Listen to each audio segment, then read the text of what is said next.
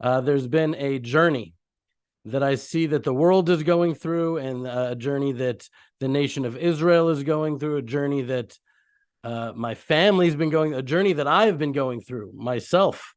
And of course, in my heart, I can't believe that we're still in this position. I can't believe that we're here on this fellowship, and it's been a week since the last one. And I'm not telling you. You remember that organization that existed once, Hamas? They're in the past. There should be a museum. They're still here. It's embarrassing to me. It's embarrassing to me that Hamas still exists. I'm embarrassed. Hamas should be wiped off the map by now. And it's making the Israeli government look fickle and look weak. And I think that's okay, because the Israeli government is fickle and weak. And that's not said out of anger or hatred, not at all. They have a massive decision to make with unimaginable consequences, which have implications not only for Israel, but for the entire world. But at a certain point, you stop with the strategy, right? At a certain point, you just act from a place of truth, of righteous indignation, of fury, of wrath. And what we're seeing here is Benjamin Netanyahu as the first king of Israel. Who was the first king of Israel? Saul. Right? And when Saul faced Amalek, the pure, raw, unadulterated evil that was Amalek, despite what he knew in his heart, that he should wipe out every single one of them like he was commanded to do by the prophet Samuel, by God.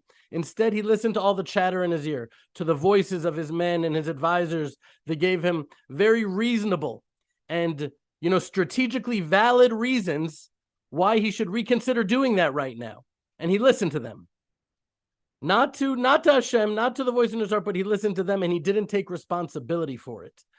And just as Shaul gave way to King David, to Mashiach, I believe with all my heart, and I'm eagerly anticipating that our own King David is coming. A descendant of King David is coming. There will be a leader that will soon arise in Israel that will have the pure faith in Hashem and the love for the nation of Israel, the love really for the entire world, to understand that this evil is not just here in the Middle East. It's not just here in Gaza. This evil we're seeing on the news, we're seeing constantly, is spreading to all of humanity. And a leader that will rise to the occasion and will act in faith and truth and not consider what the world is harping about in their disgusting, heartless, evil hypocrisy. Of all, how many more headlines can you see that say 1,400 Jews died, 1,600 Palestinians, as if to equate the 1,600 terrorists that murdered and ripped open the stomachs of pregnant women and burned them alive in the most horrific ways imaginable, and you're just going to equate the two? That is just evil. That's evil. And so King David tells us, Mashpil ge'im umagbia shafalim, that Hashem humbles the haughty, right? And then he raises up the humble. And if we're going to be honest about it, the nation of Israel, I believe we were haughty. I'll speak for myself. I really did have an inflated ego regarding our brains and our intelligence and our technology and our IDF. And we have been humbled, and I've been humbled. And those illusions are shattered. And now that we've been so embarrassed and humiliated and terrorized and heart-shattered and heartbroken, and the whole world seems to be looking at us, salivating, wanting more dead Jews. Now that we've seen that and we've been brought so low, this is exactly where we need to be for the next move. Because Hamas sees us as stalling and deliberating, and they really think that they're winning. They don't realize how eager every soldier is to unleash the fury of God on them. Jeremy keeps saying to me all day, he's saying to me, I'm just so afraid that this war is going to end. I'm afraid that that's a feeling so much of us have, that this war is going to, he's of course not saying that he wants war, but he's saying that this war will end without us wiping Hamas off the map, without us destroying and eradicating evil. They don't realize, Hamas doesn't realize that God is letting them get more and more haughty and more arrogant and more bloodthirsty, just to raise up his children and sanctify his name along with them. Atem Edai, we're Hashem's children. We're his witnesses. and he is going to raise us up and humble those who are haughty right now. Hamas and Hezbollah and Iran and Syria and so much of the left around the world that is just salivating in hatred, in absolute hatred. They're not playing the game anymore. Oh, it's the Zionists. No. Gas the Jews throughout the streets of the world. And that's what we're hearing right after the horrific acts that we just saw Hamas commit. Anyways, I don't know the workings of Hashem, but if I had to guess, why are we still here right now with a relatively quiet week? It's to give the entire world, all of us, everybody in this world, an opportunity with full and unbridled free will to show their true colors. And they are, right? We're seeing it. America, Europe, Africa, throughout the world, we see pro-Hamas rallies.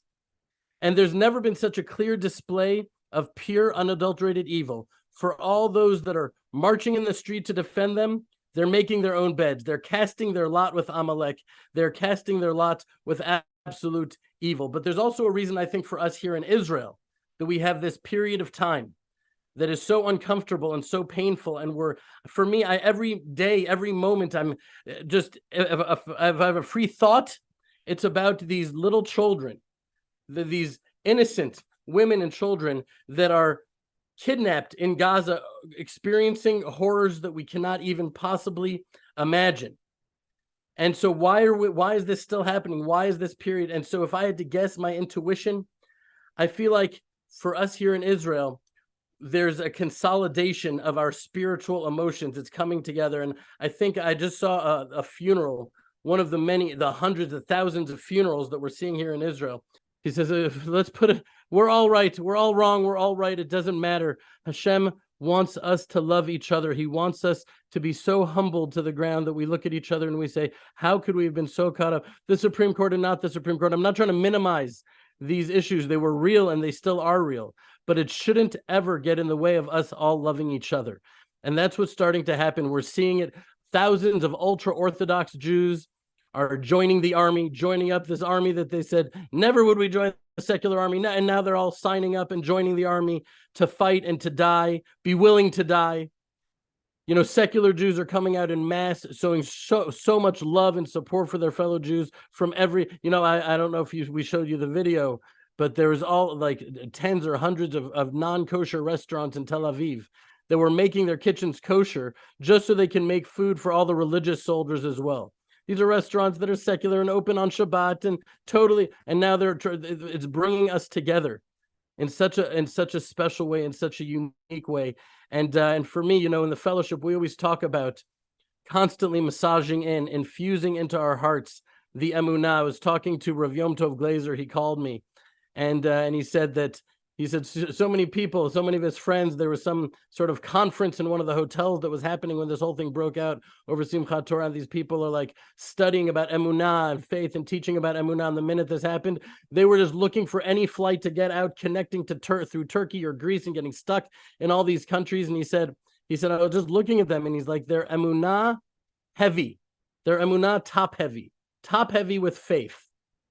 What does that mean, top heavy with faith? You can have a lot of faith in your head, but have you integrated it into your soul, into where it's trust, into where it actually is a part infused within you, and it